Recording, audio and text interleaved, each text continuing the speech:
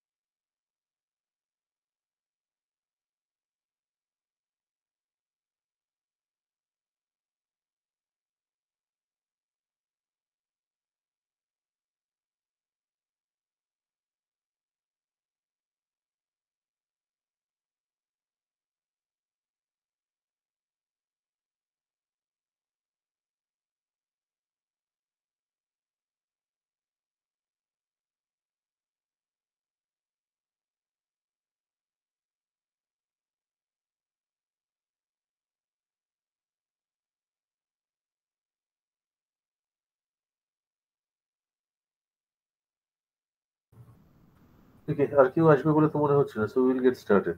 নামগুলো একটু বলে দেবে গো, so that I can Okay, make a sir. note. একজন একজনকে বলতে থাকো। Sure. অরিজিৎ চক্রবর্তী, সৌভিক চ্যাটার্জি, সায়ান্নদীপ শায়ানুদ্দিন, সায়ান্নদীপ ব্যানার্জি। আচ্ছা, আলমগীর সাপুই স্যার। তর্পণ বর্মন, আলমগীর সাপুই, আর শ্রাবণী বাগ, শ্রাবণী বাগ, আর অর্ক মাইকা। অর্ক মাইকা। আর কেউ আছে? স্যার তুহিন দাস। তুহিন দাস, শাশ্বত দাস, শাশ্বত দাস,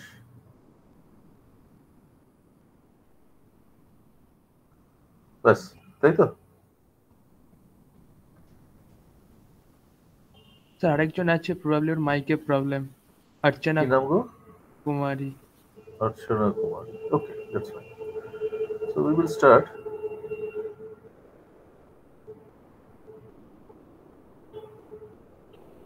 আচ্ছা, গতবার আমরা ডিফেক্টেড ক্রিস্টালটা করিয়েছিলাম কিনা মনে পড়ছে না, মনে হয়েছিল কি?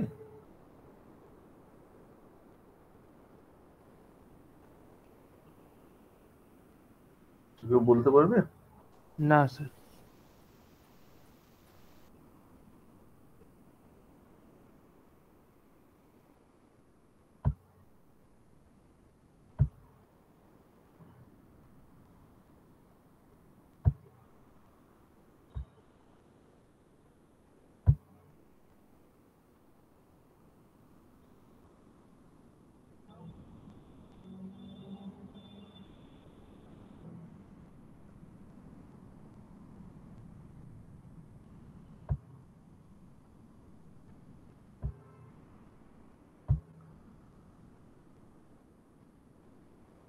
Okay, so can you hear and see my screen? Yes, sir. Okay. So I think this we did last time, right? We talked about how Yes, sir. wafers are made. Okay. So today we will start with the idea of defects. I don't think, did we do this last time? Probably not. No, sir. Okay, so we will start. So defects in crystals. Because why do you think defects are important? So anybody, so any of you know what is doping in a semiconductor? Yes, sir. It is the mixing some impurities with the semiconductor. And why do you need to do doping? Can you To make increase the conductivity of the semiconductor. and to make it p-type or n-type, right? So if you cannot Yes, do sir. doping, can you make a device? No, right? So most electronic devices require extensive doping, and doping, of course, is introduction of impurities. Now, impurities are defects, yes. So it is Yes, sir. important to study defects in these materials. So we will look at the presence of defects and they affect the mechanical, electrical, and optical properties. So there are point defects, line defects, area defects, and volume defects. Now, what do you mean by point defect? A point defect is a defect that is only at one lattice point. A line defect is a defect that extends over a line in the crystal lattice. Area is a defect that is over an area, and volume, of course, is defect in a volume. This defect can be intrinsic to the material or maybe foreign. If it is foreign, then it can be intentional or it can be unintentional. So intrinsic means silicon and then silicon itself. There is nothing new.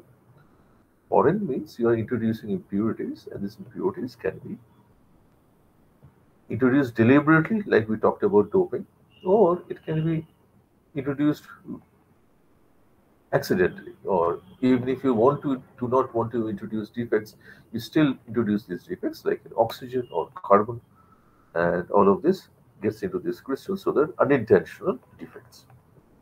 Okay. So let's look at this screen. Can you see the picture? Yes, sir. So these are all point defects. Why? The defect is at a point in the crystal. So if you look at the picture is, of course,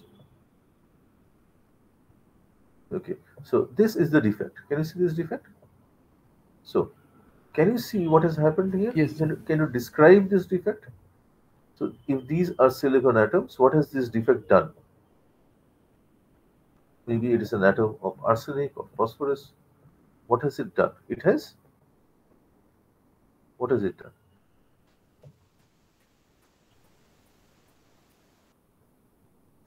Where is it sitting? Substituted. It is sitting where silicon should be sitting. Yes? Yes. There should be a silicon here, and instead of silicon, you have something else. So this defect is called a substitutional defect. It has substituted silicon by sitting in its position. So this defect is called the substitutional defect. Now here is another kind of a defect. Now, is the defect substituting silicon? Where is it sitting? No, sir. It is It's sitting not in between. substituting. It is sitting in between silicon atoms. These positions are called interstitial positions. So this atom is sitting inside an interstitial position. So obviously it's not bonded, right? This one in a substitutional position, it is bonded together. So it is bonded to the silicon atoms. But here it is not, right? It is like a solution. Yes, sir. It is inside the gaps between atoms. So that is called an interstitial defect. Now, what has happened here? It's called a vacancy. A silicon atom is supposed to be here, right? But it's not there. Where it has gone? It has gone to the surface. And so there is a gap. Now, can you find a link between this and that? If there is no gap, how can impurities sit at the crystal positions? Right? So vacancies are necessary in order for doping to happen. This is doping, right? You have substituted silicon with another impurity. So vacancies are important. So why do you think vacancies are there? Can we create vacancies deliberately? Basically, vacancies are present in all crystals due to the thermodynamic nature.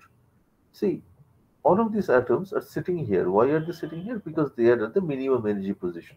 We already talked about it in the bond class, right? Yes? Yes, sir. Now, at the minimum energy position at room temperature or higher temperatures, do you think this atom is sitting steady or is it moving? No, sir. It is moving, right? It's oscillating because of thermal energy. So it keeps oscillating, and if the oscillation is large enough, then it will break the bond and it will start moving, it will start going to an interstitial and whatever, and finally come to the surface, creating a vacancy. So this is a very important defect called a vacancy defect. So what is this? This is called a Frenkel defect. Now what has happened? This silicon atom which was here has moved where? To an interstitial position. So at the interstitial position, it is right here. So this is called a Frenkel defect. So all of these are important defects, and they all have important roles to play in the operation of a semiconductor device.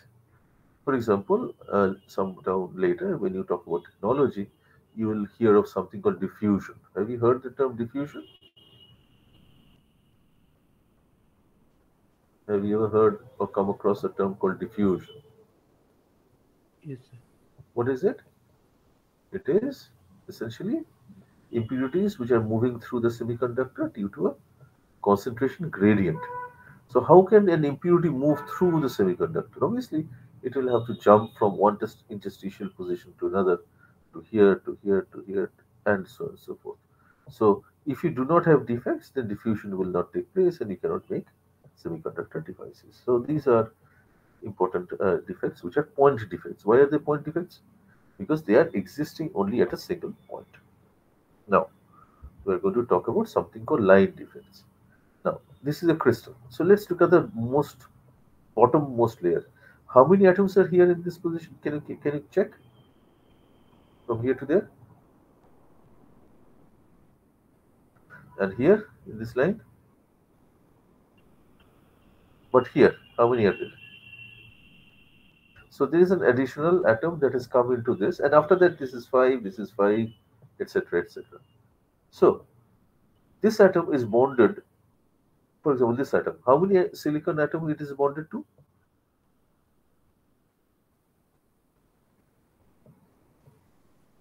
Four. Right? How many is it bonded to here? Three. Right. So there is one bond which is missing. So it is a defect because there should have been a bond, but it is missing. Yes. Now let us Yes. imagine an atom which is sitting just behind it along this direction. That also will have a missing bond, which you cannot see because it's inside the material. But the one that is sitting just behind it will also have a missing bond, will also have a missing bond, and so on and Yes, so sir. forth. So this defect is along this line. All the atoms will have a defect. It's a missing bond. So that is called an edge dislocation. It's a line defect. Why is it edge? Because it is like this plane, and this is the edge of the plane. Okay. Yes, sir. Now this is called a screw dislocation. How is it formed? So take this crystal, right? And let us imagine as if this plane has been cut and pushed to one side. Can you see that? So this is a defect. So this is called a screw dislocation. Why is it a screw dislocation? Because if you keep going this way, it will go around in a circle. And do you remember how a screw works? Every time you go around in a circle, it moves one pitch. So this is a similar type of a dislocation. Next time when we come around, I'll have a better picture for this. So this is another linear defect. Okay. So this is edge type and this is a screw type. And so essentially these are line defects. Now, why are they formed? We will sometime later we will talk about something called epitaxy, and there we will explain more why such line defects are formed. Okay. At that point, we'll explain further. Now, here is something called a planar defect or area defect. Now, we are looking at the crystal from the cross section. So, there is this yellow type of a crystal plane. So A, B, and C. And can you see that this is repeating? So this is perfectly fine crystal. But here, see what has happened. A, B, and C, and A, B, and instead of C, you have an A plane by mistake. So this is a defect. It's called a planar defect. Okay. Why is it a planar defect? Because this entire plane is defective. Right? This entire plane is out of place. Yes, we are looking at the cross Yes. section. So that is called a planar defect and or area defect. It is called a stacking fault. So this is a stacking sequence. You are throwing the crystal one after another, one after another, and here we have made a not we, the crystal has made a mistake. And so it's a fault. It's called a stacking fault. And here is a volume defect. It's a precipitate where the impurities have clustered together, form a little region inside here, which is a problem, right? Because it is a very large area defect. Multiple impurities are coming together, and so this has its own crystalline nature. And so this is not just doping, because in doping you can have only one, but here this one has a bulk type of a defect. Okay, so these are called volume defects. So we have very briefly touched upon the various defects in this material, and we will continue talking about it in the next chapter as we talk about many planes. But any questions regarding what you have learned so far? Okay, No, sir. so we will go complete this part of the chapter and then we will go to the next one.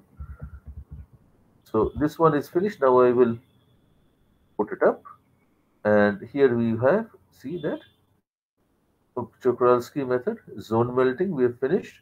And here, see that point defect, line defect, and planar defect. That portion has been covered. Now we will go to the CVD, LPE, etc., etc. This part. Okay, Yes, sir. good. So we will stop this presentation now, and I will move to the other presentation. Hold on just a second.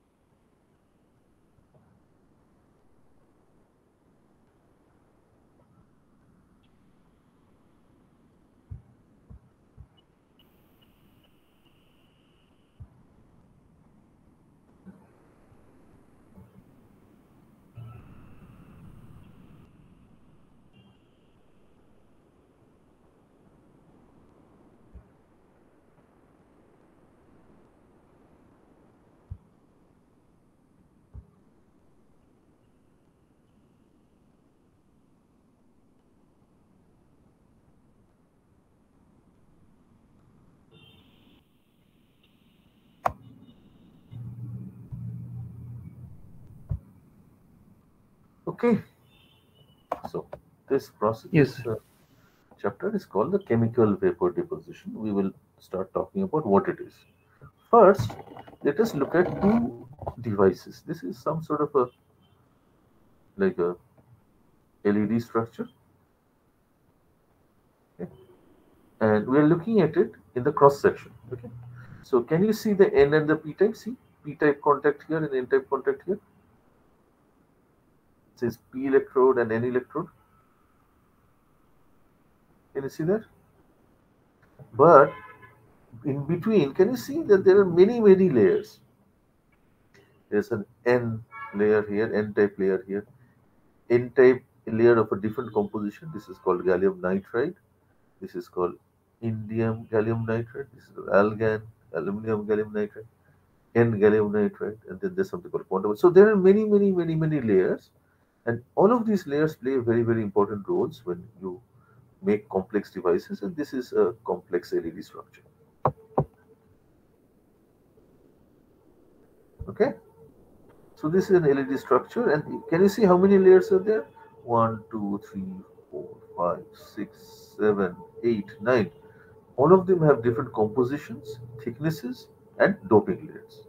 Okay, so this is a standard LED device.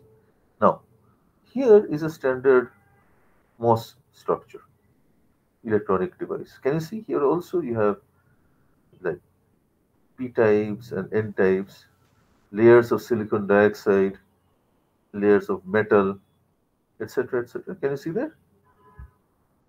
So, for all devices, what is necessary is to form thin films. So, these are films like layers, and these layers together make up the device. So, these different layered materials can be deposited. What are the different materials?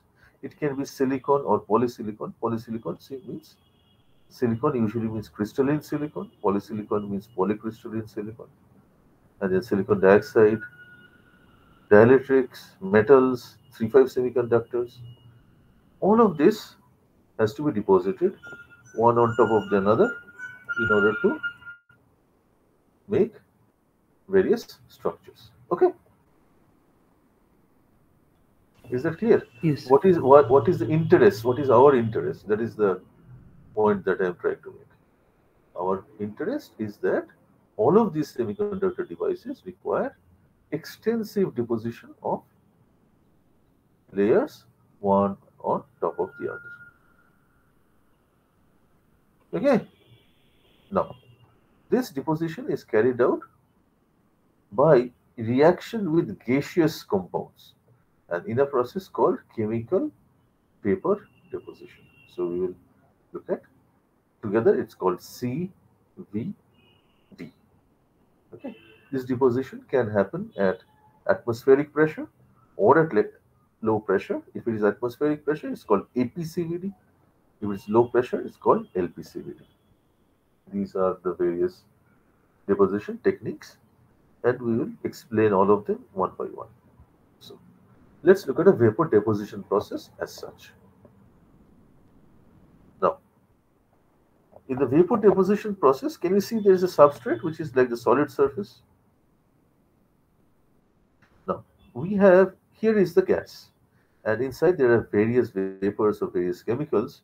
So it starts with this idea the growth species is in the bulk of the gases.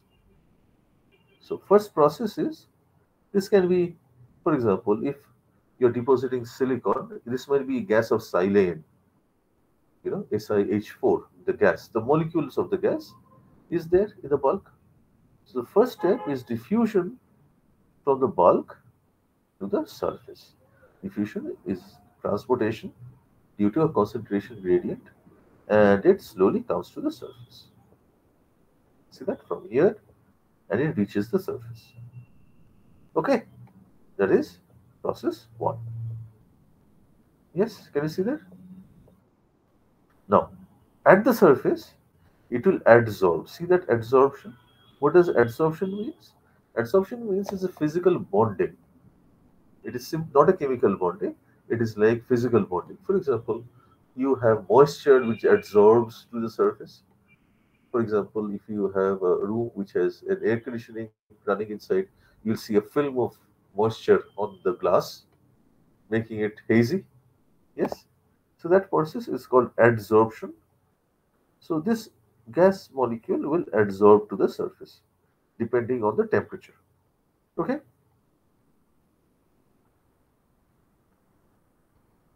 Yes.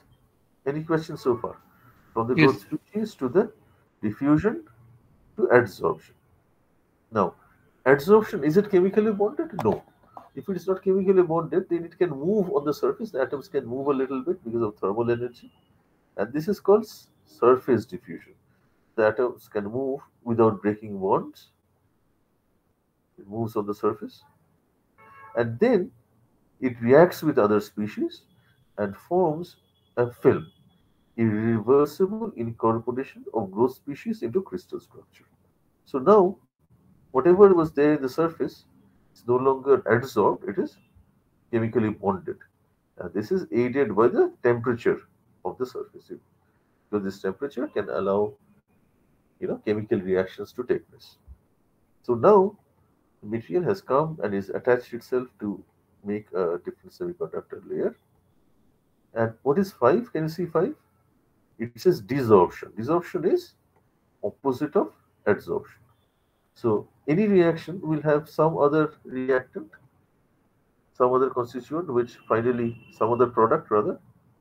This product, which we do not want, is now going to dissolve out of the surface and then diffuse out into the bulk layer. So by this entire process, a chemical reaction has happened, and species from the bulk in the gas has come to the surface, moved along the surface, reacted to form a film. Whatever byproducts which are not desirable has dissolved and has diffused out into the gas. Okay, so this is a generic vapor deposition process. All the physical processes have been explained. Now let us look at the specific. Okay, so we are first going to talk about silicon deposition. So here, instead of crystal growth in the bulk, we are talking about deposition of a very, very thin layer of silicon onto the substrate. Okay, now let's look at it. Sources of silicon for CVD. CVD is what? What is full form of CVD? Chemical vapor deposition. So what are the sources? Silicon tetrachloride, SiCl4, dichlorosilane, we talked about it, SiH2Cl2, trichlorosilane, and silane, which is SiH4. Okay. So what do we have here? What is this in the picture? Silicon tetrachloride. Okay. So what are we passing through it? Can you see this? So hydrogen passes through the Hydrogen, yes. silicon tetrachloride, and it does not react. It just takes the vapor of silicon tetrachloride and takes it to this tube. Okay. And hydrogen is also here. Argon is also coming. So what is happening? The silicon tetrachloride is pushed and moved into this chamber. Okay. Can you see that? Silicon tetrachloride is pushed into this chamber and until it vents out. Okay. What else is there? Can you see what is this? Phosphine. Why do you think phosphine is necessary? Can you guess? No. See, phosphorus. What does phosphorus do in silicon? It's a N-type dopant. Okay. What is this? It's called diborane. So the boron is a P-type dopant in silicon. So these are dopants. That is also added to this silicon tetrachloride. So what you can do is we can dope the layer as it is being deposited. Yes. Dopants are introduced. Yes. Can you see that? B2H6, Yes, PH3, and ASH3. This is arsine. Now, what is the reaction? Silicon tetrachloride plus hydrogen. See, this is hydrogen. It reacts to silicon plus HCl.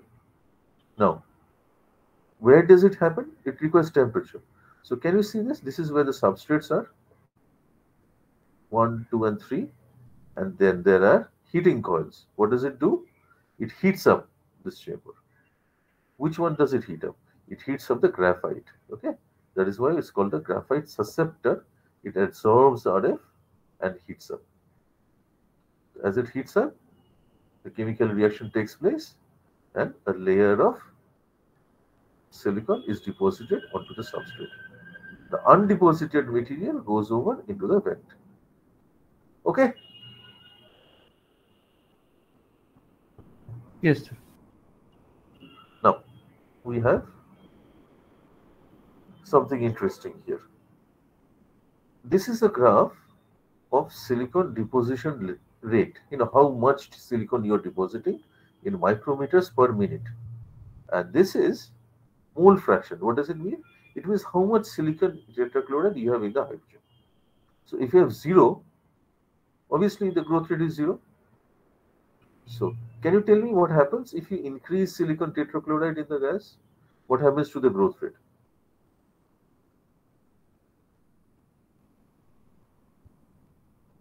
What happens to the growth rate? Increases. It increases, right?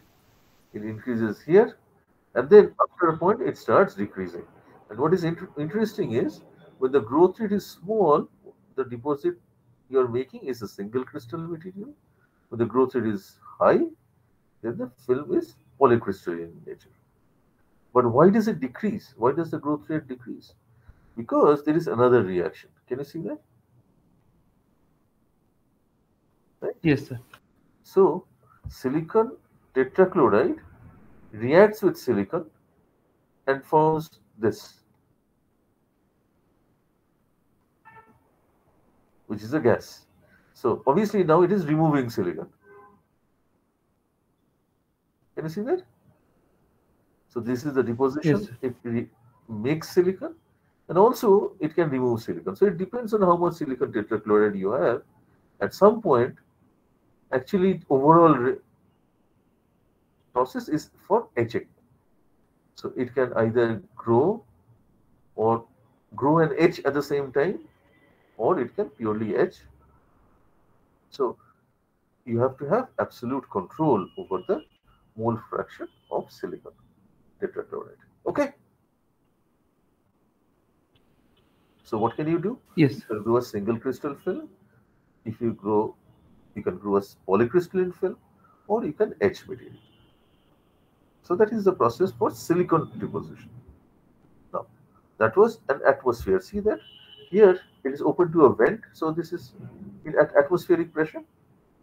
Now here we have another story. It says exhaust to a pump. Pump means what? A vacuum pump. So if you connect it to a pump, it's similar structure, but see what has happened. This is will be a low pressure material inside. Okay, and if it is low pressure, you have to have a pressure sensor. Okay, now can you tell me what is mean free path?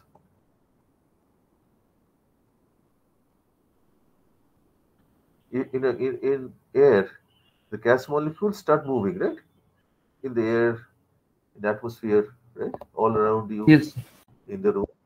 So these gas molecules, do they move in straight lines or do they collide with each other?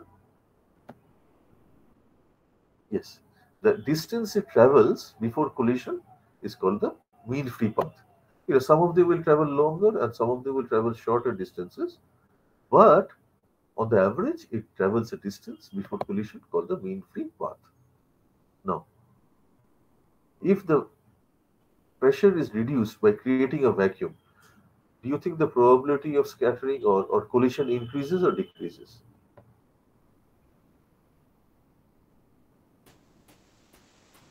Increases. Think, if you create a vacuum, do you have more probability of collision or less probability?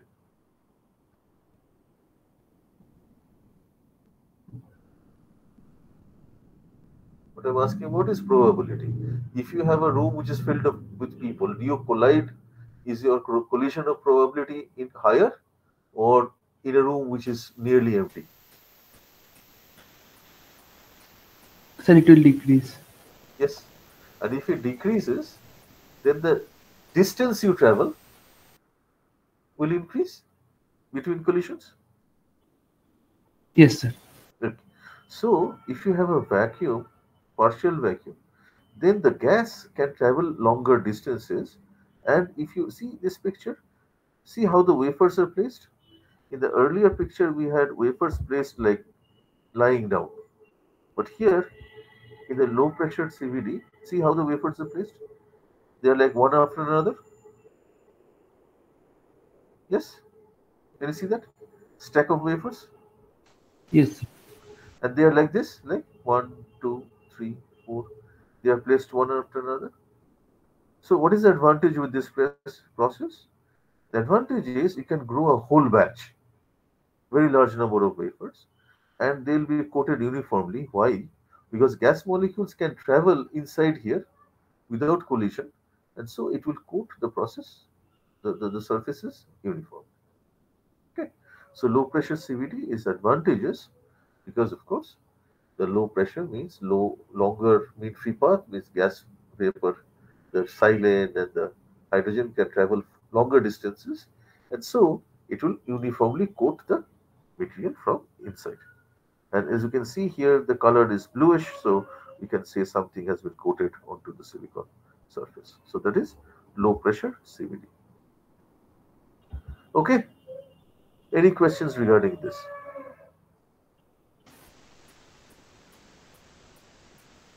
No, sir. Okay. Now, tell me something. The reaction to this is taking place at a high temperature, right? See that? Yes, sir. 1270 degrees centigrade. Now, this reaction is temperature is necessary because of the breaking of the chemical bond. Now, there is another way to give energy to a chemical bond without resorting to higher temperature. Okay. So, in order to understand this, I want you to listen to me and I will try to explain to you what a plasma is. Plasma is a state of matter where gases are nearly ionized. Okay. Yes, sir. Now think, you're sitting in a room, right? Now you have imagine that this room is empty and you can see the gas molecules. So they are all moving around, colliding with the walls. Yes. Now, if the top, ceiling, and the floor were two electrodes, and you apply a bias, what will happen to the gas molecules? That is,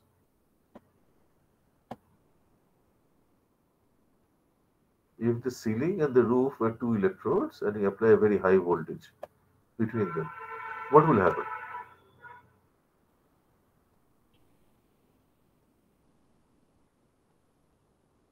Will a neutral atom have any problem in the electric field? Will it feel any force? How about if you have one ion which has been ionized due to some reason? If there's an ionized gas molecule, then what will happen? It will experience a force and therefore acceleration. And this acceleration means it is going to travel with higher and higher velocities. Yes. Until what? Until it collides with another gas molecule. Yes, sir. Now think, if we create a partial vacuum, then the distance between collisions is longer. Yes. If you create a vacuum, not full vacuum, you remove some of the gas molecules, then what will happen? The collisional probability decreases, therefore the mean free path increases. Yes. Yes. If the mean free path increases, the velocity with which the collision will happen, does it increase? Because it can travel longer distances, right? Yes, sir, it will increase. Okay. So at that point, if the velocity is high enough, that this increase will cause ionization in the target atom. Then what will happen? It will knock off an electron and the ion becomes positive. Yes, sir. Now it is still inside a field. What will happen to this electron and the newly created atom?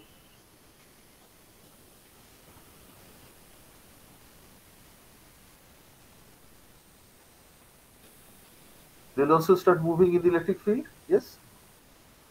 In opposite directions. Yes, sir. And so what will happen is, it will create multiple such things and you will get an ionization.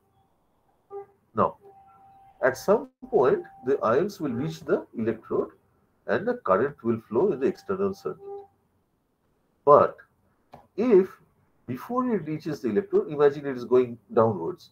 Before it reaches the floor, I reverse the polarity of the bias. What will happen? These ions will start moving up again, ionize more in the process, and then I again reverse it. It will keep going down. So if I put an RF source, a radio frequency bias, then the ions will oscillate, and in the process ionize a major portion of the gas molecules. That is called plasma. Okay, now let us look at a plasma generator. So can you see this picture? Yes, sir. So here is the top electrode. See that? And here is the bottom electrode. And on the top electrode, we are putting radio frequency input power. So what has happened? There is a oscillating electric field here, and we have connected to a vacuum pump so that the pressure is low. So a plasma is created here. Now, tell me something. If I create a plasma, it means the gases are partially ionized already. So is it easier for atoms to react or ions to react? Ions, Ions. right? Because it has already been ionized. But this ionization is not done by thermal processes. It is done by the application of the RF power. So if you now have the reaction here, then you can carry the same reaction out at much lower temperatures. Okay, you do not need that 1200 degrees. You can do this at a much lower temperature. So this is called plasma enhanced chemical vapor deposition process, or PECVD process. Okay, so what is the advantage? The same process can be done at a much lower temperatures. Of course, it is much more complicated.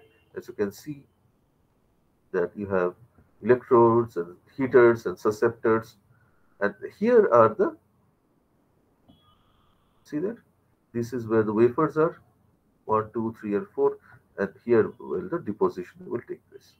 And for uniformity, the whole thing has to be rotated, and so on and so forth. So it's a complex process, but in the process you can deposit layers at much lower temperature. That is the advantage of PECVD. Okay, the gas is activated by RF plasma, depends on the plasma power and gas density. Significantly reduced temperature requirement.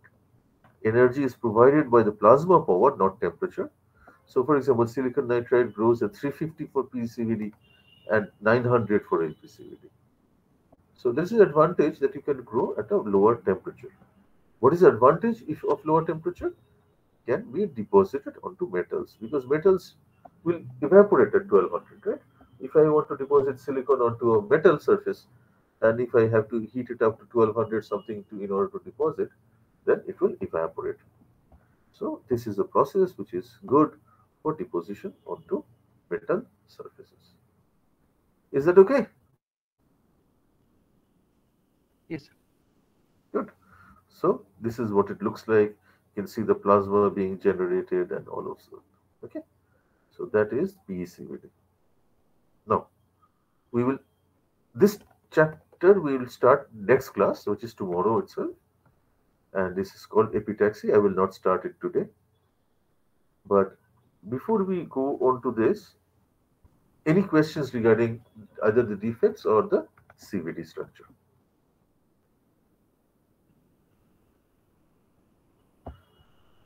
If not, what I will do is I will No, sir. post the lectures in the classroom. Let's look at here. Where are we? So we are doing CVD. Okay. And then see Yes, that? sir. Can you see this LPE, VPE, and MBE? Yes, sir. So this last E is called epitaxy. That is why the next chapter we will work is epitaxy. So all of these four things that you will see here are epitaxy processes. And then the concept of the growth chain technique will be over, and we will continue. There is no hurry. So when is your midterm? Sir, it's from 3rd of January. Okay, so I think we will finish MOCVD up to here by that. And then, so up to here will be your midterm. And then we will have left the semiconductor characterization, and very quickly we'll go through the magnetic materials, because electronics people, we do not really care so much about magnetism before the end. So that is fine. We are making good progress. Any questions so far? No, sir. Okay, so we'll stop for today and we will continue tomorrow. Okay, thank you. Okay, sir. Thank you, sir. Sir, I joined late, so will you take my They attendance? can each. I've seen it. Hmm. Okay.